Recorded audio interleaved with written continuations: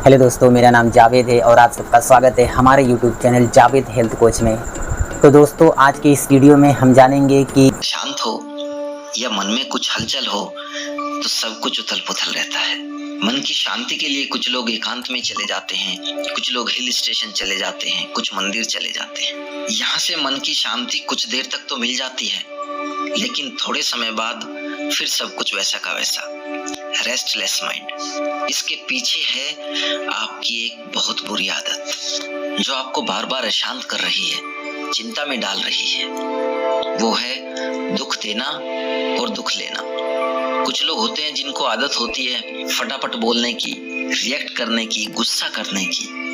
अच्छा, ये करने के बाद आपको तो शांति का अनुभव होगा ही नहीं, लेकिन जिनके ऊपर आपने रिएक्ट किया, गुस्सा किया, वो भी शांत नहीं रहेंगे, क्योंकि नेगेटिव एनर्जी तो ट्रांसफर हो चुकी है। तो जब तक वो नेगेटिव एनर्जी क्लियर नहीं होगी दोनों साइड से, तब तक आप शांत नहीं होंगे। तो जैसे ही आप अपनी बुरी आदतों के कारण, अपने स्वभाव के कारण दूसरों को दुख पहुंचाओगे, वैसे ही कॉन्स्टेंट वहां से भी नेगेटिव एनर्जी आनी शुरू हो जाएगी। तो जब तक आपको औरों से नेगेटिव एनर्जी मिल रही है तो मन शांत कैसे होगा। दूसरा, मन अशांत तब भी होता है जब हम बार बार दुखी होते हैं, बिना वजह से दुखी होते हैं।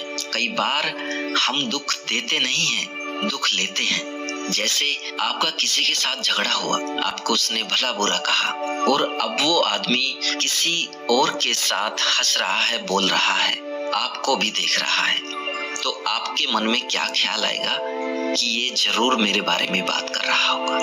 आपने बेवजह दुख ले लिया। आपका थॉट ये चला कि वो बंदा जरूर मुझे कोस रहा होगा, मेरी बुराइयां कर रहा होगा, ये जरूर मुझे नुकसान पहुंचाएगा, मुझे तकलीफ देगा। तो ये बार बार विचार किसके मन में चल रहा है?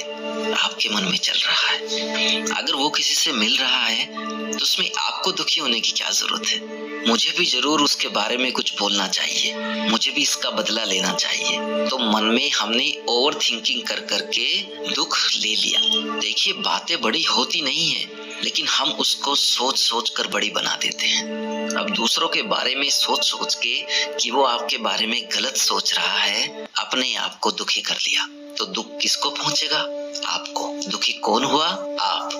इतना ही नहीं, कई बार हम दूसरों को सुखी करते करते खुद दुखी हो जाते हैं। खुद दुख में रहकर अपने परिवार वालों को, अपने दोस्तों को सुख देने की कोशिश करते हैं। तो जरा सोचिए, जो खुद को दुखी रखता है वो भला कैसे सुखी रह सकता है? तो मन को आदत कैसी हो गई? बात बात में दुखी होकर जीने की, हर एक बात से दुख लेना, दूसरों के बारे में गलत सोचना, मिसअंडरस्टैंडिंग करना। अब ये बातें आपकी आदत में शामिल हो गई है। जो अपने मन को कमजोर कर रहा है वो शांति का अनुभव कैसे करेगा?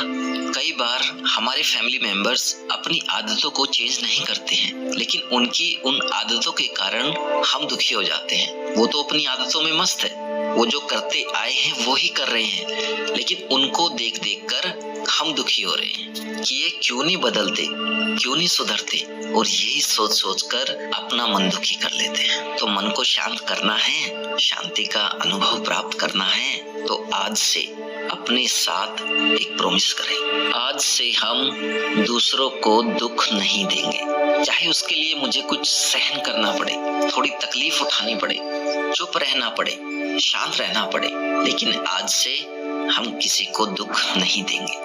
ये कोशिश करके देखो। दूसरा, आज से हम किसी भी बात से दुखी नहीं होंगे।